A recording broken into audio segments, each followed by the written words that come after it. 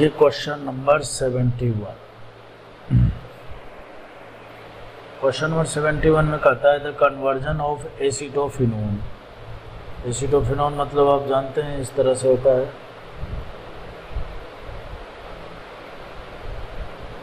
COCH3। एक प्रकार से ये मिथाइल कीटोन है, ठीक है।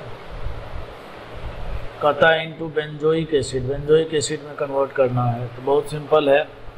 तो इसके लिए आप क्या कीजिए, हेलोफॉर्म रिएक्शन करवाइए इसको, NaOH, ठीक है।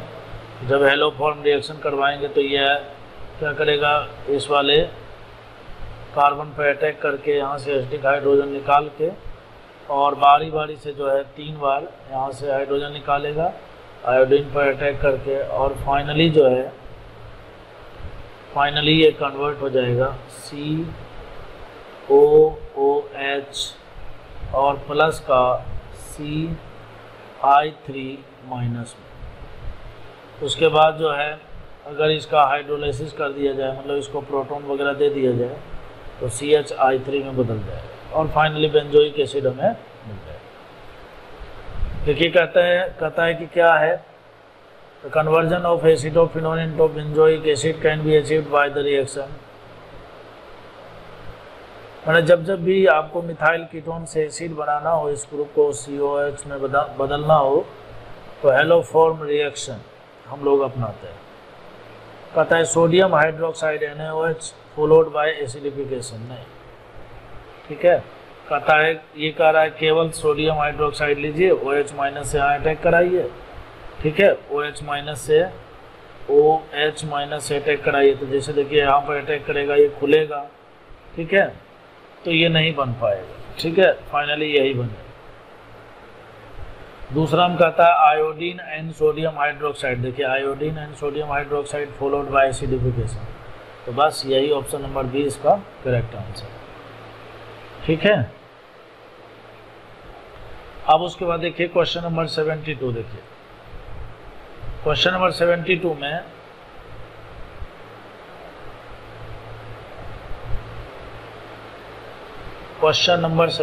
पहले एक बार थोड़ा सा जगह खाली कर लेता हूँ।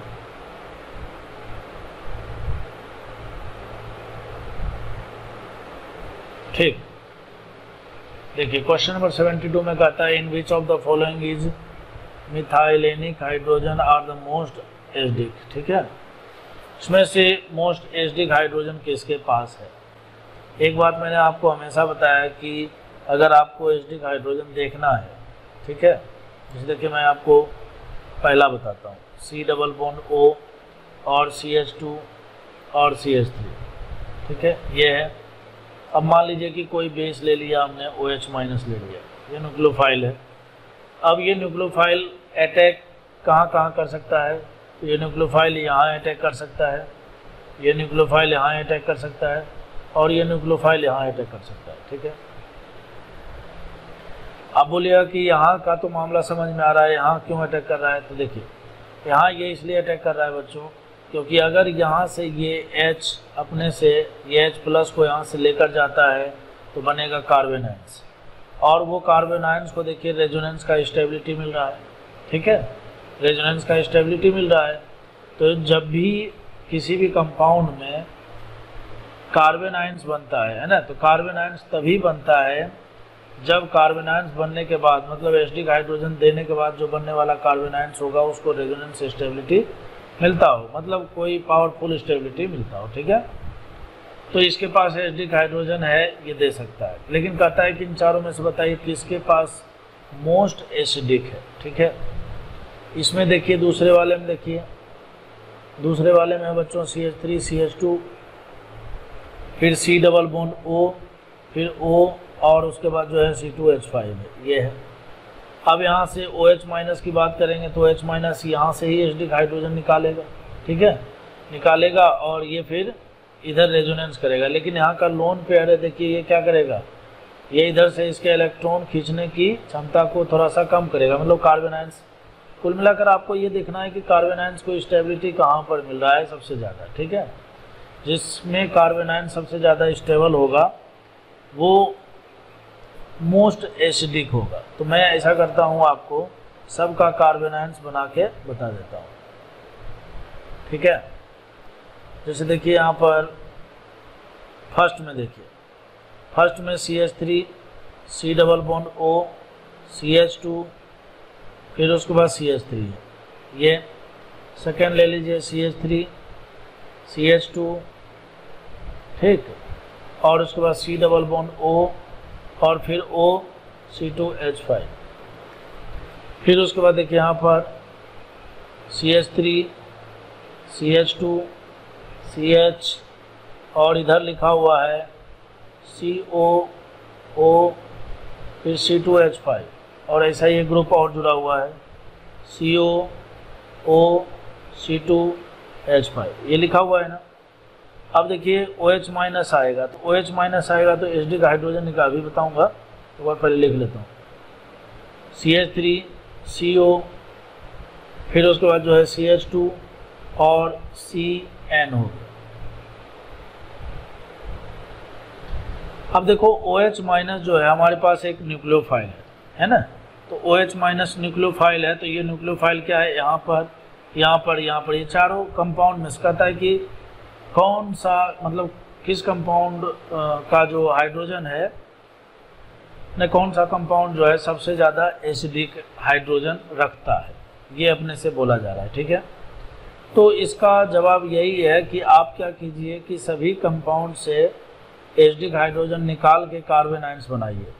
तो जिसका कार्बन आयन सबसे ज़्यादा स्टेबल होगा वही मोस्ट एसिडिक होगा। एक प्रकार से एसिडिक स्ट्रेंथ हमसे पूछा है, ठीक है। देखिए इन चारों में से ये जो चौथा कार्बन है ना, अगर यहाँ से एसिडिक हाइड्रोजन निकाला जाए तो ये कार्बन आयन्स बनेगा, और इस कार्बन आयन्स को देखिए इधर भी रेजोनेंस करने का मौका मिलेगा, और ये जो C ट्रिपल बॉन्ड है इधर भी रेजोनेंस करने का मौका मिलेगा। कहने का मतलब है कि इस कार्बन आयन्स को दोनों तरफ से स्टेबिलिटी मिल रही है। तो इसका जो ऑप्शन नंबर डी जो है ये सबसे ज़्यादा एसिडिक है। जबकि यहाँ पर देखिए जैसे इस थर्ड में देखिए यहाँ पर कार्बन आयन्स है, तो नो डाउट देखिए ये भी ग्रुप इसको खींच रहा है और ये भी ग्रुप खींच रहा है, लेकिन चूँकि यहाँ पर ऑक्सीजन के द्वारा जो है इधर से प्लस एम इफेक्ट लग रहा है, तो इसका जो इलेक्ट्रॉन खींचने का जो पावर है उसको ये क्या कर रहा है, कम कर रहा है, ठीक है। अच्छा, इसमें थर्ड में देखिए, थर्ड में भी वैसे ही ये इलेक्ट्रॉन खींच तो रहा है, लेकिन ये चूँकि इधर से इलेक्ट्रॉन दे रहा है तो इसीलिए इसका जो खींचने का पावर है वो कम हो रहा है, मतलब कार्बन आयन्स को स्टेबिलिटी उतना नहीं मिल रहा है जितना चौथे में मिल रहा है। इसमें देखिए यहाँ से जैसे देखिए कार्बन आयन्स बनाया, कार्बन आयन्स के द्वारा माइनस एम लग तो रहा है, लेकिन इधर से प्लस आई इफेक्ट लग रहा है। अगर यहाँ से ले लीजिए, यहाँ पर कार्बन आयन्स के द्वारा माइनस एम इफेक्ट तो लग रहा है, लेकिन इधर से प्लस आई इफेक्ट लग रहा है, ठीक है। तो कुल मिलाकर चारों ऑप्शन में से केवल ऑप्शन नंबर डी ही ऐसा है जिसमें जिसके कार्बन आयन्स को दोनों तरफ से माइनस एम इफेक्ट के द्वारा स्टेबिलिटी मिल रहा है, ठीक है। इसलिए इसका आंसर डी होगा। अब देखिए बच्चों क्वेश्चन नंबर 73 जो है ये साइक्लोपेंटेनोन है, कीटोन है, और ये देखिए क्या है, हाइड्रोक्सिल एमीन है। जब भी साइक्लोपेंटेनोन मतलब कीटोन, कोई भी कीटोन हो, एल्डिहाइड हो, कीटोन हो, और हाइड्रोक्सिल एमीन ये दोनों आपस में रिएक्शन करते हैं तो क्या हो जाता है, डिहाइड्रेशन होता है। डिहाइड्रेशन के दरमियान क्या होता है बच्चों, यहाँ का H2 और यहाँ का ऑक्सीजन बाहर निकल जाता है, और फाइनली जो है ये बॉन्ड बना लेते हैं कुछ इस प्रकार से, ठीक है। यहाँ पर देखिए ये डबल बॉन्ड तो रहेगा ही, और नाइट्रोजन और ये OH हो गया, ठीक है। मैकेनिज्म से जाएंगे तो भी हम क्वेश्चन को कर सकते हैं। मैकेनिज्म के थ्रू क्या करना होगा, सबसे पहले हम जो नाइट्रोजन का जो लोन पेयर है वो क्या करेगा, एज ए न्यूक्लियोफाइल इस कार्बन पर अटैक करेगा और फिर यहाँ से खुलेगा, ठीक है। बाद में डिहाइड्रेशन वगैरह होकर अरेंजमेंट होकर ये मिलता है। तो आप डायरेक्ट याद रखा कीजिए कि जब भी कार्बोनिल कंपाउंड हो और हाइड्रोक्सिल एमीन जो है उसके साथ रिएक्शन करे तो डिहाइड्रेशन हो जाता है, और डिहाइड्रेशन के दरमियान जो है आपको ये प्रोडक्ट मिलता है। तो उस हिसाब से देखिए इसका आंसर क्या हो जाएगा, डी हो जाएगा। अब उसके बाद देखिए यहाँ पर जो है एसिड है, ठीक है, और बेंजोइक एसिड है, और बेंजोइक एसिड के साथ SOCl2। तो बेंजोइक एसिड के साथ SOCl2 आप जानते हैं कि ये जो है ये RCO Cl में बदल जाता है, R नहीं है यहाँ पर, ये बेसिकली यहाँ पर पीएच, ठीक है, ये पीएच COCl में, और पीएच COCl के साथ जब हम लोग H2PD, ठीक है, BaSO4 करते हैं तो आपको पता है कि ये रोजेनमंड रिएक्शन होता है, ठीक है, रोजेनमंड रिएक्शन है, और रोजेनमंड रिएक्शन के दरमियान जो है ये COCl बदल जाता है बच्चों PH और CHO में बदलेगा, ठीक है। तो कहने का मतलब यह है कि अगर आपको ये रिजल्ट डायरेक्ट याद है, ये देखिए लर्निंग रिजल्ट पर ही बेस्ड क्वेश्चन है, ठीक है। तो आपको क्या ध्यान रखना है, एसिड में SOCl2 करने से ये क्या हो जाता है बच्चों, ये जो है यहाँ पर जो है क्लोरीन के रूप में बदल जाता है, ठीक है।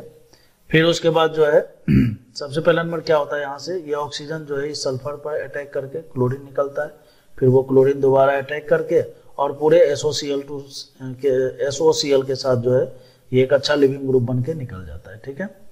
और फिर H2PD BaSO4 जो है एक रोजेनमंड रिएक्शन है, और ये क्या करता है इस COCl को जो है एल्डिहाइड में बदल देता है। तो एल्डिहाइड में बदलने के बाद जो है देखिए हमारा जो प्रोडक्ट है वो हो जाएगा ऑप्शन नंबर